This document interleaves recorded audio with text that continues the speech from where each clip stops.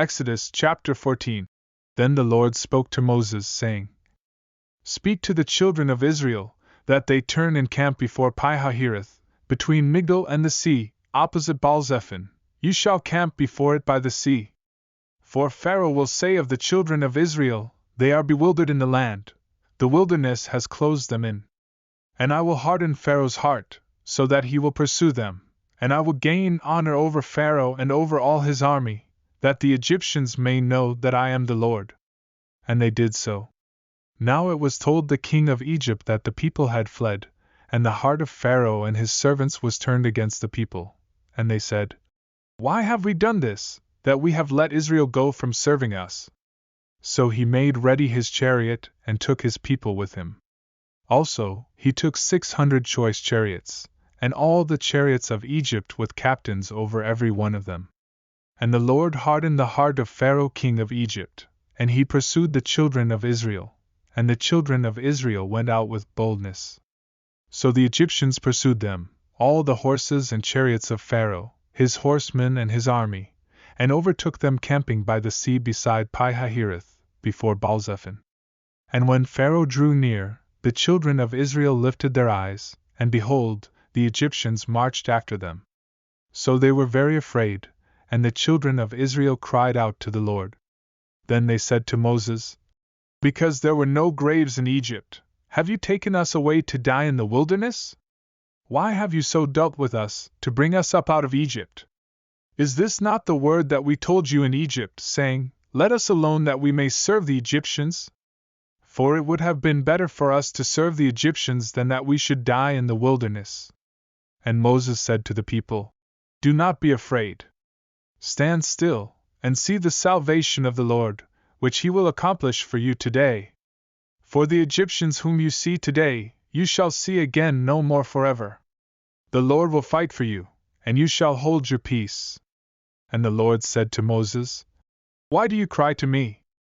Tell the children of Israel to go forward. But lift up your rod, and stretch out your hand over the sea and divide it. And the children of Israel shall go on dry ground through the midst of the sea. And I indeed will harden the hearts of the Egyptians, and they shall follow them. So I will gain honor over Pharaoh and over all his army, his chariots, and his horsemen.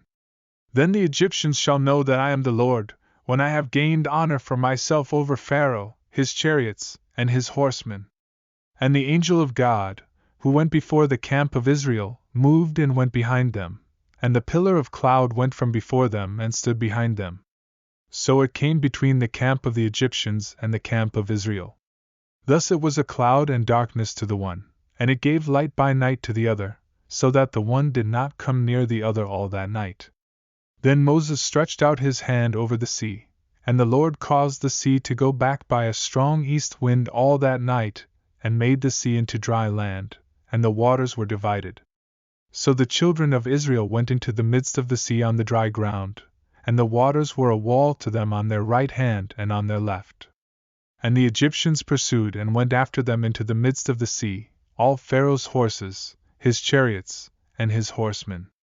Now it came to pass, in the morning watch, that the Lord looked down upon the army of the Egyptians through the pillar of fire and cloud, and he troubled the army of the Egyptians. And he took off their chariot wheels, so that they drove them with difficulty. And the Egyptians said, Let us flee from the face of Israel, for the Lord fights for them against the Egyptians.